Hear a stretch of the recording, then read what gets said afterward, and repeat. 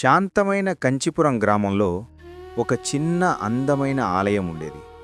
ప్రతి ఉదయం గ్రామం మొత్తం ఆలయ గంట శబ్దంతోనే మేల్కొనేది. టింగ్ టింగ్ టింగ్. ఆ శబ్దం గాలిలో తేలుతూ ఇళ్ల మీదుగా పొలాల మీదుగా వెళ్ళి ప్రతి ఇంటికి చేరేది. అప్పుడు గ్రామస్తులు ఆనందంగా, ఆహా, ఆలయ గంట మోగింది, కొత్త రోజు మొదలైంది. ఆ గంట శబ్దం గ్రామానికి శాంతి, ఆశీర్వాదాలు తీసుకువస్తుందని అందరూ నమ్మేవారు. కాని ఒకరోజు ఉదయం వింతగా ఒక విషయం జరిగింది. గ్రామస్తులు ఎప్పటిలాగే ఆలయం దగ్గరకు వచ్చారు. కాని ఈసారి గంట కనిపించలేదు. అందరూ ఆశ్చర్యంగా ఒకరినొకరు చూశారు. గంట ఎక్కడికి పోయింది?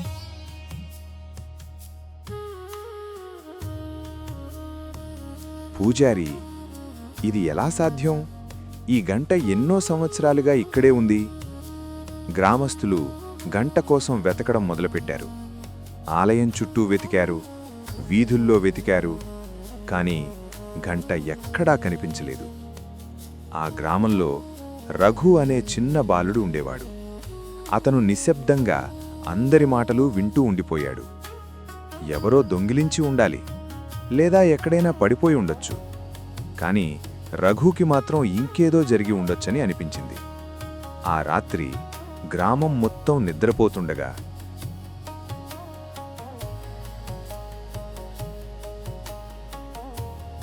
రఘు ఒక చిన్న లాంఠరును తీసుకుని గ్రామం దగ్గర ఉన్న అడవికి వెళ్ళాడు.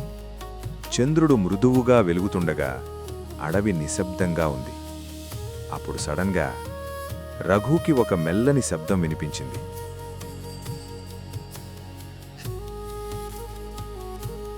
టింగ్ టింగ్.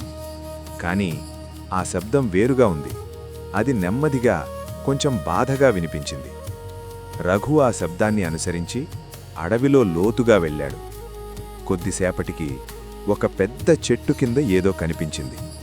ఒక జింక నేల మీద పడుకుని ఉంది. ఆ జింక గాయపడి చాలా బాధగా కనిపించింది. అది మెడకు ఆలయ గంట కట్టబడి ఉంది. రఘు మెల్లగా దగ్గరకు వెళ్ళాడు. రఘు, అయ్యో, నీకు గాయమైందా? జింక భయంతో మృదువైన కళ్లతో రఘుని చూసింది. రఘు గమనించాడు. గంట జింక మెడకు బిగిగా కట్టబడి ఉంది. చాలా జాగ్రత్తగా రఘు గంటను విప్పాడు. జింక మెల్లగా లేచింది. ఒక్క క్షణం రఘుని చూసింది. అది ధన్యవాదాలు చెప్పినట్టే అనిపించింది. తరువాత జింక నెమ్మదిగా అడవిలోకి నడుచుకుంటూ వెళ్ళిపోయింది. రఘు చిరునవ్వు నవ్వాడు.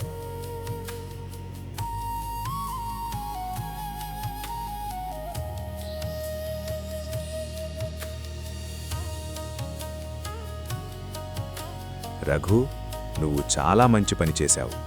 నువ్వు కరుణను ఎంచుకున్నావు. రఘు మెల్లగా గంటను మళ్లీ ఆలయంలో వేలాడదీశాడు. గంటను ఆలయానికి కట్టగానే విచిత్రంగా అది పెద్దగా అయిపోయింది. మళ్లీ గంటను మోగించాడు. టింగ్ టింగ్ టింగ్. ఆ శబ్దం మళ్లీ గ్రామం అంతా వినిపించింది. కాని ఆ రోజు ఆ గంట శబ్దం ఇంకా మృదువుగా, ఇంకా శాంతిగా అనిపించింది. ఆ రోజు నుంచి గ్రామస్థులు గంట శబ్దం వినిపించిన ప్రతిసారీ రఘు చేసిన కరుణను గుర్తు చేసుకున్నారు. ఎందుకంటే వారొక ముఖ్యమైన పాఠం నేర్చుకున్నారు. కరుణ ఉన్న చోటే నిజమైన పవిత్రత ఉంటుంది.